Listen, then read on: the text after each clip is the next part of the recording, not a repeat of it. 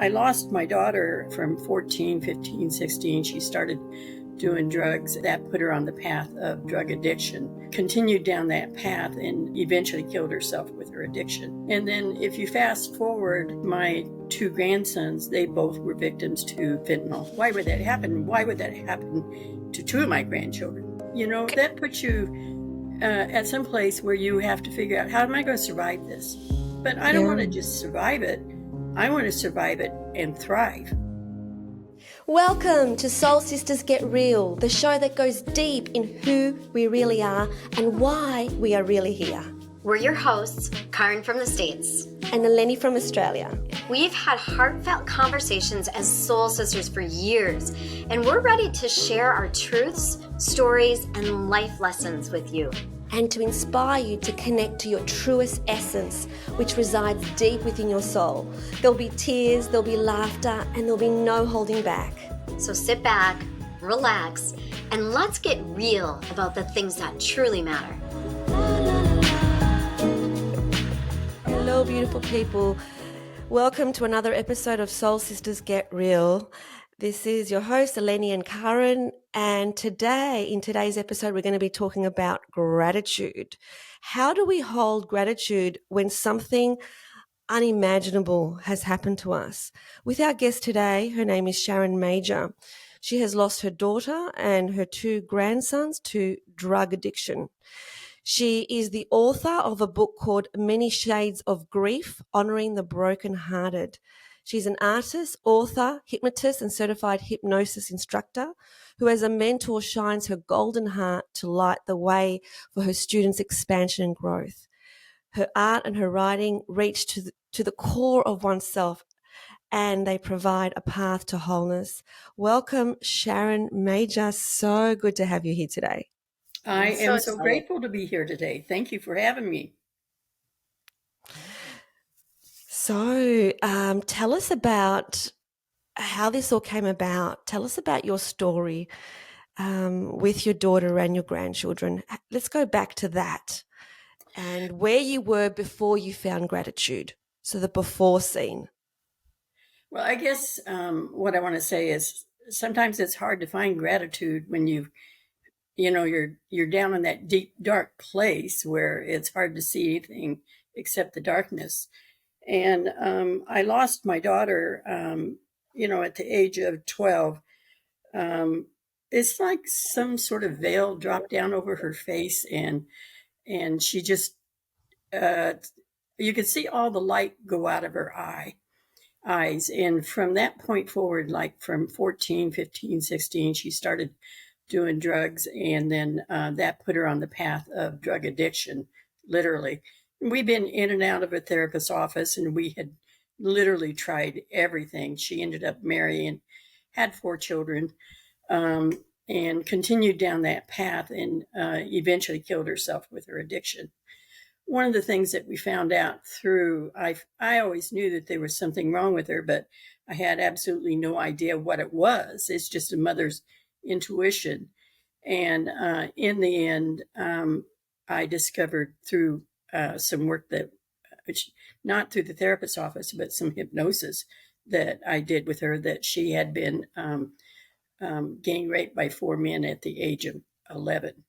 And that was under all of her addiction. So it was a hard journey. That's a hard journey to make with anyone, with your child in particular.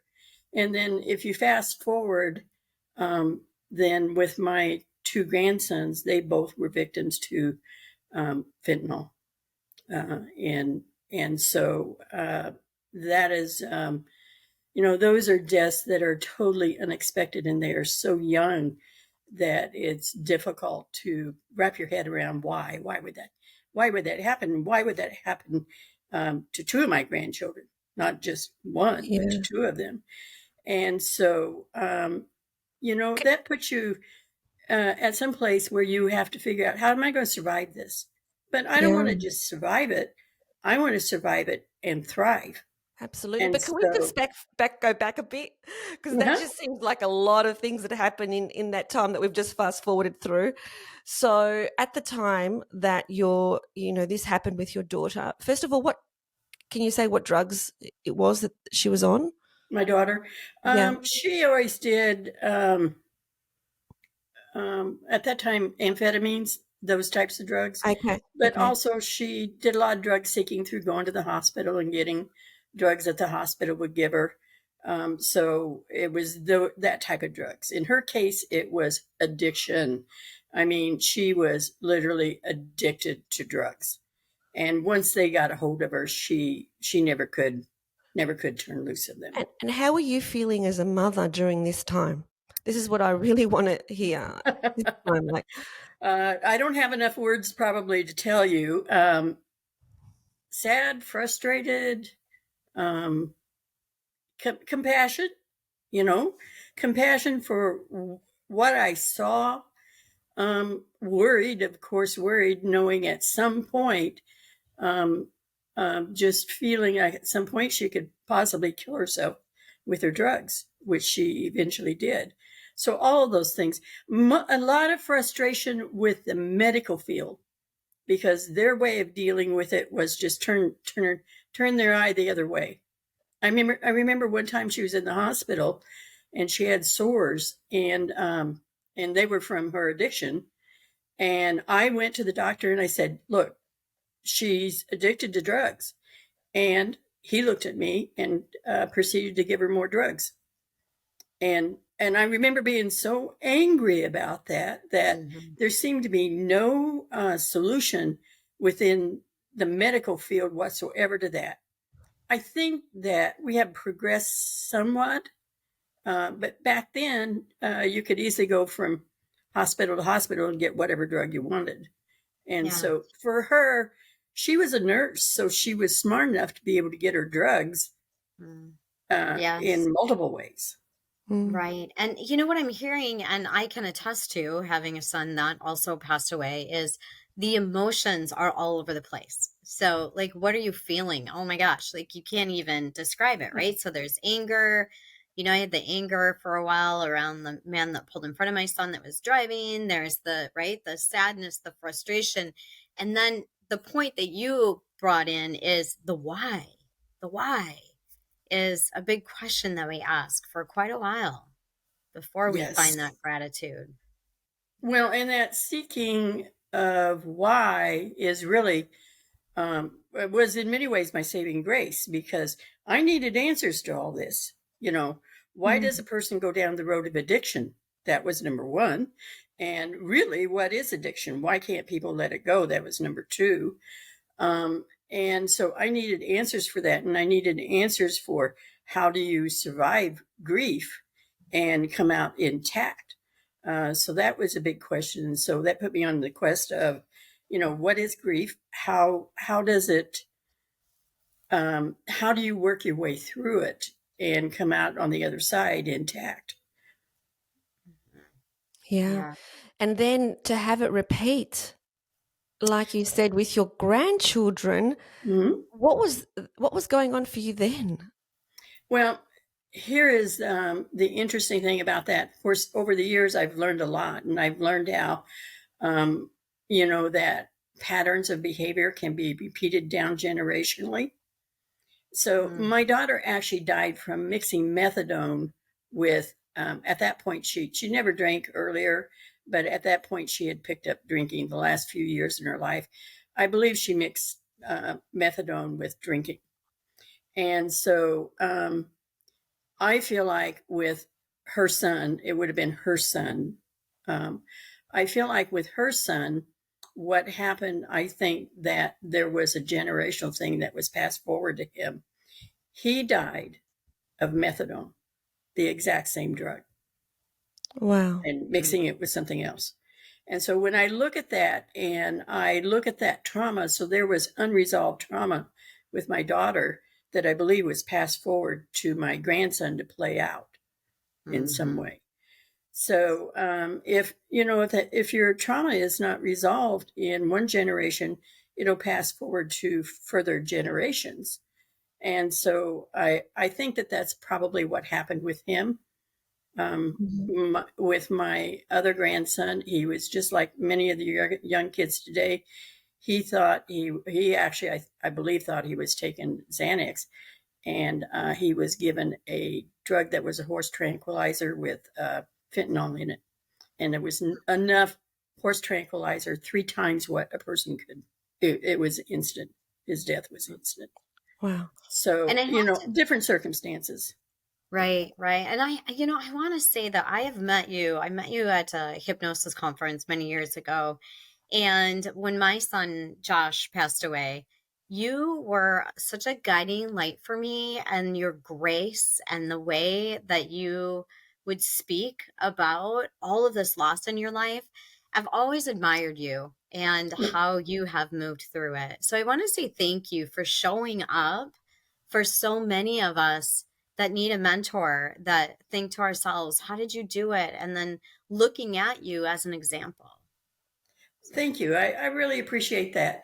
You didn't see me on those days that I was, those dark days, but I think God did, so probably that's what counts, Yeah. Yeah. And Sharon, in terms of that question and that quest to answer that question about why, how did you arrive at an answer? Did you arrive at an answer? What actually happened to get your answer? Um, um, many, many things, but I'm going to share with you one of the things that really was key in it. I don't know if you're familiar with non-dominant handwriting. Are you familiar with it?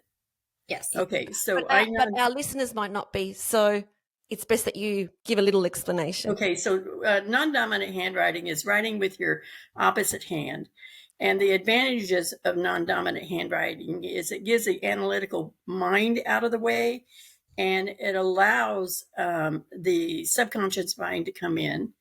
And then, so it kind of clears so that you become more of a clear channel with your writing, is the way I want to say. But for myself, when I non-dominant handwrite, I can do it 2 ways. I can non-dominant handwrite with just trying to gather information for myself, or I can non-dominant handwrite and channel something. So I channel Carl Jung almost daily with my non-dominant handwriting. Wow. There's other channeling that I do. Actually, I was gonna, if you don't mind, I was gonna read you a little piece that I channeled about gratitude. I'd love it. Would you like to hear it? Well, first let's get to the answer of this why question Okay. before we move on to that. Yeah. So the why is there was just burning questions, all these questions in my mind about what is grief, what is the truth about grief, because there's a lot of things you can read about grief, but many of those things didn't really resonate with me. I wanted to know the truth about grief. I wanted to know, what does science say about grief? And so it was really interesting. I found out many things that science said that surprised me. One of them was, I found out, I believe it is Frances O'Connor, who had written that one thing that is absolutely critical in the grieving process is that you continue to have a relationship with the person that you have lost. That was a saving grace for me, because with all of my people that I've lost, I have continued to have a relationship. The other question of why is, why do some people get stuck in grief, and why do some people move forward from grief? And that just seems such a curiosity to me. And I did a lot of studying on that. And I just found so many answers, and each answer would bring me to the next one, to the next one, the next one. But in the meantime, I'm non-dominant handwriting, and I'm writing these little daily thoughts about my experience of grief. And I start out with just writing these little daily thoughts, period. And then all of a sudden, non-dominant handwriting. All of a sudden, I'm going, oh my gosh, I'm writing a book. I didn't set out to write a book. It just kind of flowed out through these little daily thoughts, one thought at a time. You talk about writing a book, one day at a time, one thought at a time. So it was one thought at a time that I was writing. And then all of a sudden, I realized I'm writing a book about grief. And that just opened the door up to this book that went down every avenue that you could ever imagine. about grief. And hopefully at some point that book will be able to help people. But does that answer your question? I hope I'm not moving off on that too much. Well, you said, Sharon, that when all this happened to you with your daughter and your grandchildren, that you wanted to find out why it happened. So, how did you find out why it happened, and did you get an answer to that? I believe I did, believe it or not. I believe that before we incarnate, we do pre-plan some events that are going to happen in our life and happen on our journey. And I believe in part some of these events were connected to me in that respect. So this is kind of complicated. So my daughter's death was really what put me on the path of the work that I do and the work that I share with people every day. And I think that points to the importance of when you lose someone, it's terribly important to have something that you're passionate about. And so that was one of the things. It just sort of put me on that path. And then my wanting to know why did that happen to my daughter? Why did that happen to my grandson? Why did it happen to my other grandson? There aren't any complete answers to why, but I was able to piece together the why of my first grandson. There was a generational wound that was passed forward, that was lived out through him. And I don't think we, definitely as individuals, we don't recognize that can happen. And so once I recognized, oh my gosh, that was played out. That was an unresolved trauma that was played out through her son, not her, but through her son. So that was, and that happened simultaneously to me, like when they started publishing that you can fast forward soul wounds and trauma through your generations, up to 3 generations. And so as I'm learning this, I'm putting these pieces together about my grandson and my daughter, and I'm going, oh my gosh, it is a perfect example of why for him. The why of my youngest grandson, I'm not sure. I don't have the answer on that one yet. I'm sure that I'm asking. I'm sure I'm going to get the answer. You know what I'm saying? Yeah. But sometimes if you understand that everything that happens in your life is purposeful, even life and death, it's purposeful. It's part of living, and it's something that we all experience. But the why that I really figured out in the end was and the why for me that was important was a learning that I loved greatly was connected to my grieving greatly. Does that make sense? Yeah. So the Yeah. more you love, the more difficult that can make that grieving process in many ways. True. That is very profound. Yes. Totally, totally. And so that led you, you said a very important point, which is, that with your daughter passing, it led you to the work that you're doing today. Yes. So, she had her own soul's purpose as what she needed to do in her life, and you had your soul's purpose in being her mother, and you're giving this gift to the world about grief and gratitude. So tell us more about that and how that unraveled. Well, I think because I was so curious, it was just this burning curiosity for me. I just felt like I had to learn more and more and more. It's not just that. Also, I have a shaman that works in my office, and he's extremely gifted, and he has the ability to speak to people on the other side or channel them. So with each one of those deaths, every single one of them, I have communicated to. They have talked to me.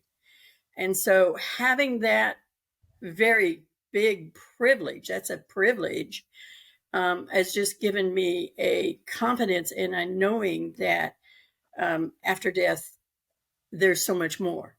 It's such a Mhm. bigger, broader picture. And so for me, it is looking at that broader picture rather than looking at that real small picture that usually we look at when we think about death. And that bigger picture is they are on the other side and they're cheering us on, and they are Mhm. still connected to us. And what science has proven is the healthier people moving through grief are the ones that are still connected to their loved ones on the other side and have that Mhm. awareness and have that connection. So that's interesting to me that now that's what science is proving out for us. Because what society always wants to tell us is, oh, just get over it. You know, it's been this long. It's been 2 years, get over it. It's been 5 years, you need to get over it. It's been 10 years, you need to get over it. Well, I'm going to tell you what, when you love someone greatly, they are still a part of you no matter what. And science is teaching us that you're when you have deep relationships with people, it becomes encoded in your brain. And so this constant seeking and a feeling like they're always there, feeling like they may walk up the door, anytime. That's because it's encoded in your brain. And so just finding all that stuff out and understanding all that stuff, the more I learned, the more I realized I don't know anything, and the more I have wanted to learn. Right. So it as Oh, I I walk through that dark place of grief, which is you can't go through grief without walking through it. It allowed me to look back on my journey and say and see the miracle that life really is, how precious life really is. And it's given me a deep, deep gratitude for what that is now. So it's sort of like grief and gratitude. So experience the grief has given me the gratitude for who I am today, for where I am today, and for what I am today. And others in relationships with other people, because I don't take any relationship for granted now. Mm. Now I deeply appreciate every relationship Mhm. that I have. And so that's a wonderful opportunity. Um, and it's a kind of a different perspective about grief. It is a perspective of there's grief, but there is beauty in life after grief. And I think that Mhm. when you're grieving, you need someone to be able to tell you that, because yeah. when you're in that first throes of grief, you don't even know that. All you can see is just this darkness. And so having somebody to tell you that, I think, can be a lifeline for many people. Yes, you brought up so many great points. First of all, I was thinking, I know you like me. I want everyone to know that is feeling that emotion of grief that their loved one is still here and that they have an opportunity to have a relationship with them. And you mentioned that. And secondly, because one of my son's best buddies just died on Sunday, feeling that grief again and feeling it in your entire body, not just your brain encodes it. Like I feel like we feel it in our body. It's so visceral. And then also that third point of that grief, when you're really in that dark place, you think to yourself, am I ever going to feel okay again? Because it hurts so bad. And Yes. you question, like, am I ever going to feel normal again? I don't want to stay here, right? Like no one wants to stay in grief is what I believe. And having gratitude is one of the things, like you just said, that helps shift us out of it. And it's even gratitude about having tomorrow. And that sounds Yes. so cliche, but it's so true because when we're done, we don't get to feel life anymore. And just being grateful that we are here and that whoever is here with us is with us. But it does take some time. Yeah. Absolutely. Yeah. And so, with gratitude, Sharon, um, Give us some of your life Okay. hacks. So here's something to think about. So a gratitude has a vibrational frequency of, I think, 540 is what it is. And then along with grief comes grief, anger, fear, apathy, guilt, shame. It's vibrational frequency. All those around in the 30 or 40 range. Think about this. But grief is up in the 500 range. So love is 500 and joy is 540. And grief is right in between those. So if you think about your energy every day as you go through life, everybody is aware of energy, but everybody is not aware of energy. If that makes sense. All right. So you know when you roll out of bed in the morning, when your energy's low and you're not feeling quite right and your energy's off. And you also know when your energy is way up there and you're really high and feeling really good. And you know when you talk to someone and they give you really good energy, you feel great when you walk away from them. Or you talk to someone and all they do is complain and complain and complain, and they suck out your energy and you just feel like a deflated balloon by the time you walk away from them. So if you're in grief, your energy is like in that 50-40 range. It's really, really low. And that's what's so hard about bringing yourself up out of grief. Your energy is deflated because it takes so much energy to grieve. It's diverted to grieve. And because it's diverted to grieve, then your available energy for everyday functioning is really, really low.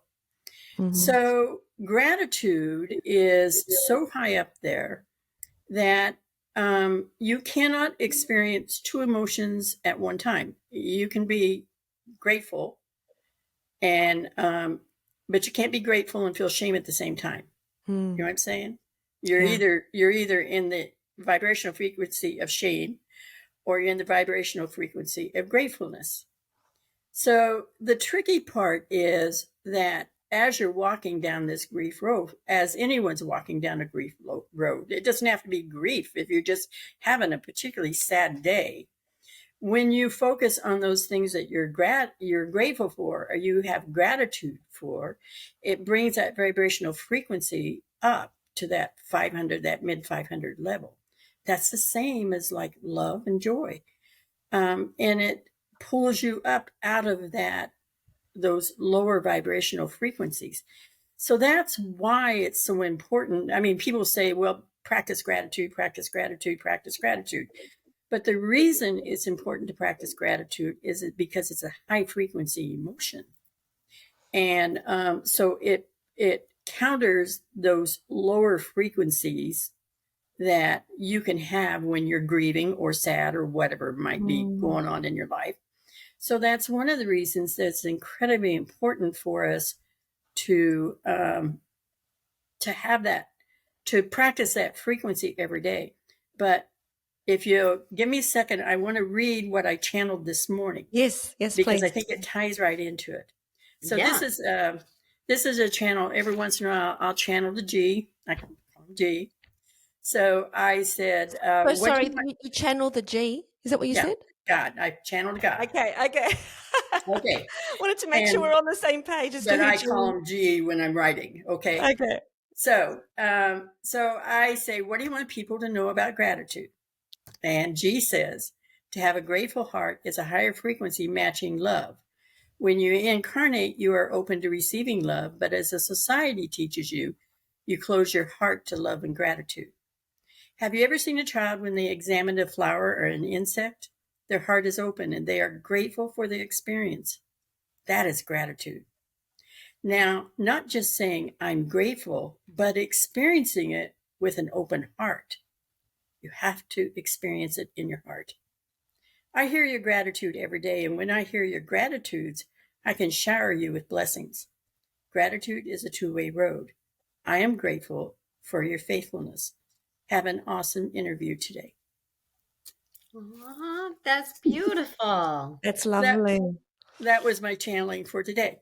But I think there was points in there that are really, really important. And that is, as we get older, we might mouth we have gratitude, but we forget to feel it in our body.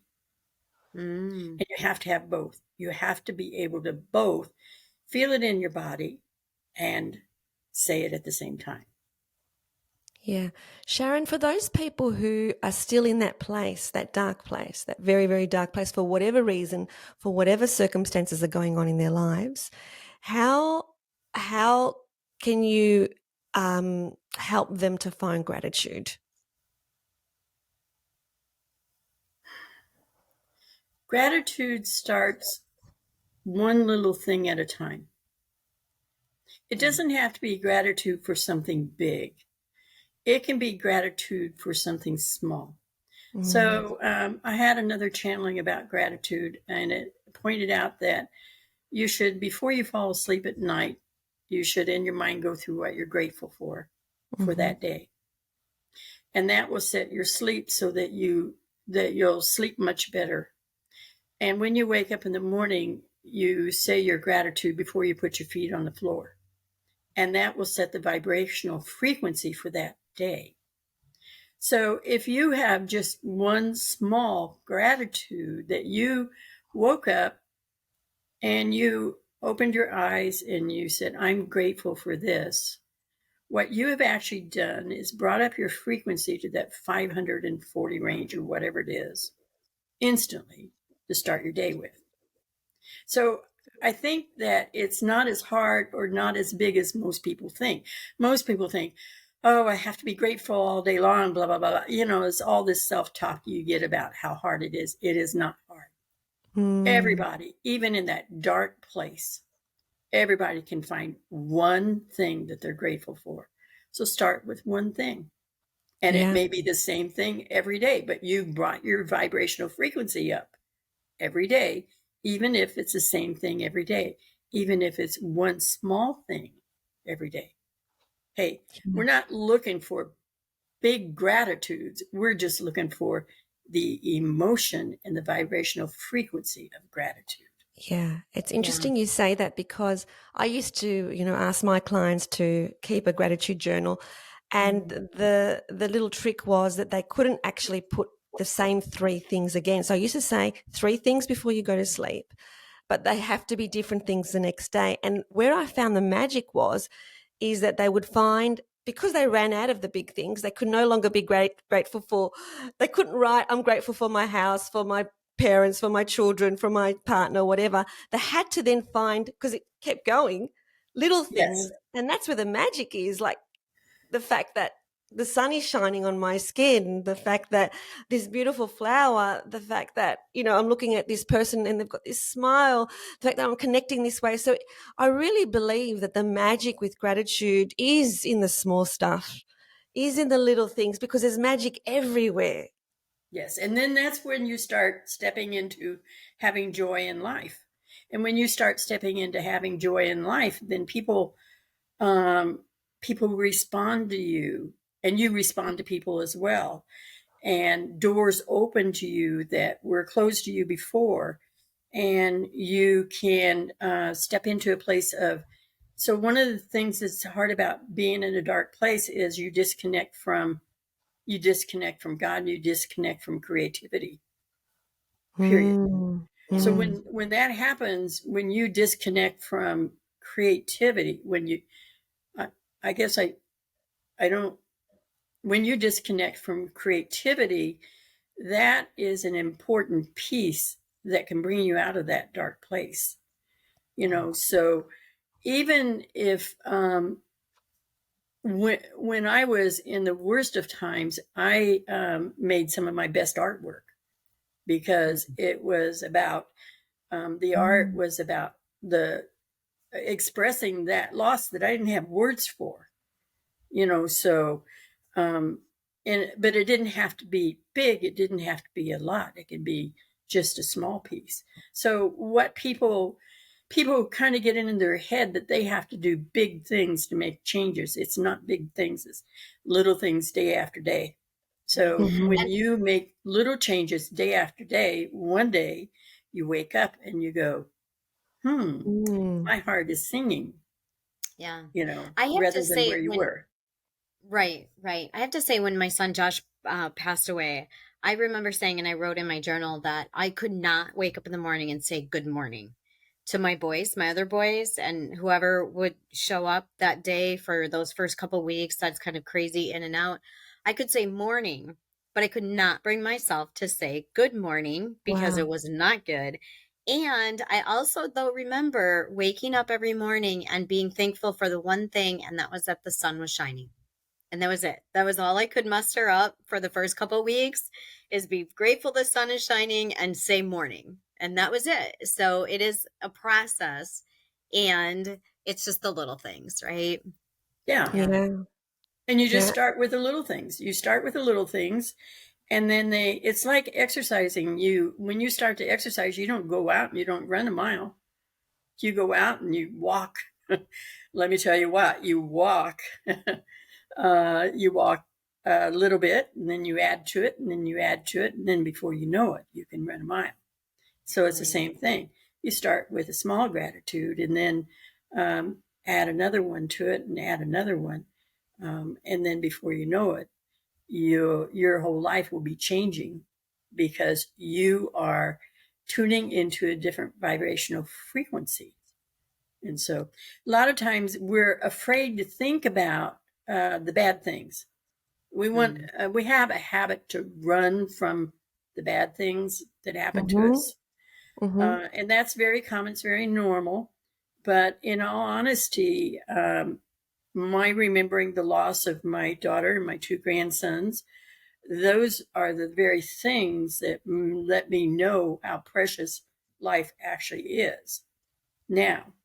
And I would not have that awareness, and in that is the remembering of the bad of that, um, you know, and so remembering the bad of it is counterbalanced with the being able to be grateful for what I have and who I am and what my life is now, and the Yes. journey that it's taking me on. Goodness gracious, it's taken me on a huge learning journey.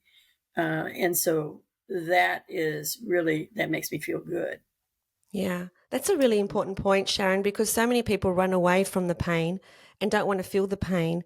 And what, we're not talking here in this show, we're not saying just be grateful, even if something happens to your children. What we're saying is to stay in the pain, just like Karen did for whatever time when she could not say good morning. That's okay. Don't make that wrong. She just couldn't say good morning. So stay in the pain, but also find the little pockets of gratitude during the day that you can be grateful for. And then slowly, slowly, that gratitude piece is going to get bigger and bigger until you find that peace within you. Would I be right with that's what we're saying here, Sharon? Yes. Yeah. Well, and sometimes it's,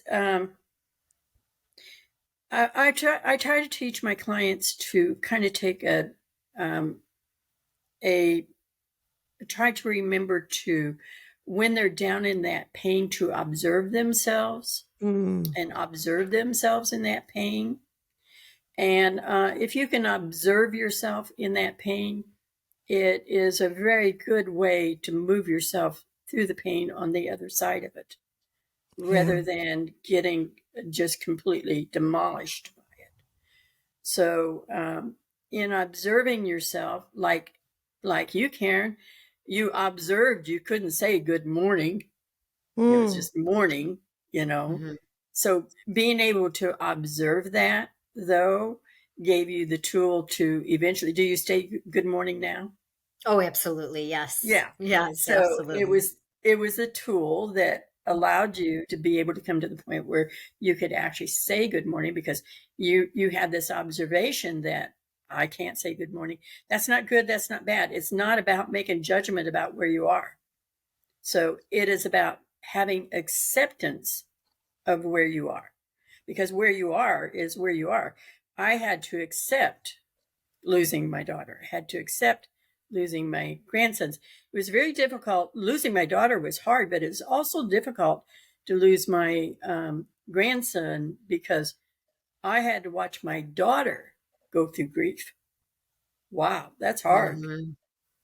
Yeah. Yeah, for sure. So if there's one thing that you'd like to tell our listeners and our viewers, what would it be, Sharon? When you were powerful, we're all powerful. We all have the power to take ourselves where we need to go. But sometimes we forget that. So just remembering that you have within you the strength to do what you need to do and the power to get to where you need to go. That's all you have to remember. And the way and the how and the why of it, it'll kind of unfold. So, I mean, look at Karen, look at you. You lost your son. Look at how powerful you are. You're showing everybody how powerful you are. Thank And you. everyone has it within themselves to deal with whatever comes their way. But you have to remember that you're powerful. Wow. Tap into that. Thank you so much, Sharon, for shining your light, and really so much respect for your journey and the courage that it's taken to be where you're at, so that you are shining your light and you haven't, all these circumstances, these incredible circumstances that have happened to you, you've become even closer to who you really are by shining your light and helping others. So thank you so much. Thank you for having me today. It's an And honor. I want to say thank you for being an example for so many, because like I was saying to my son, it surprises me all the time that everyone experiences death, and everyone experiences death of their own body and themselves and those that they love. And it amazes me how it can be so painful and so hard, and yet everyone goes through it. And we need people like you in this world to help show us how to get through it. So thank you. Thank you. Thank you for having me. Thanks for watching. We hope you loved it. And if you did, please like this video and subscribe to the channel. And remember, always connect to your truest essence. And choose love. We'll see you next time.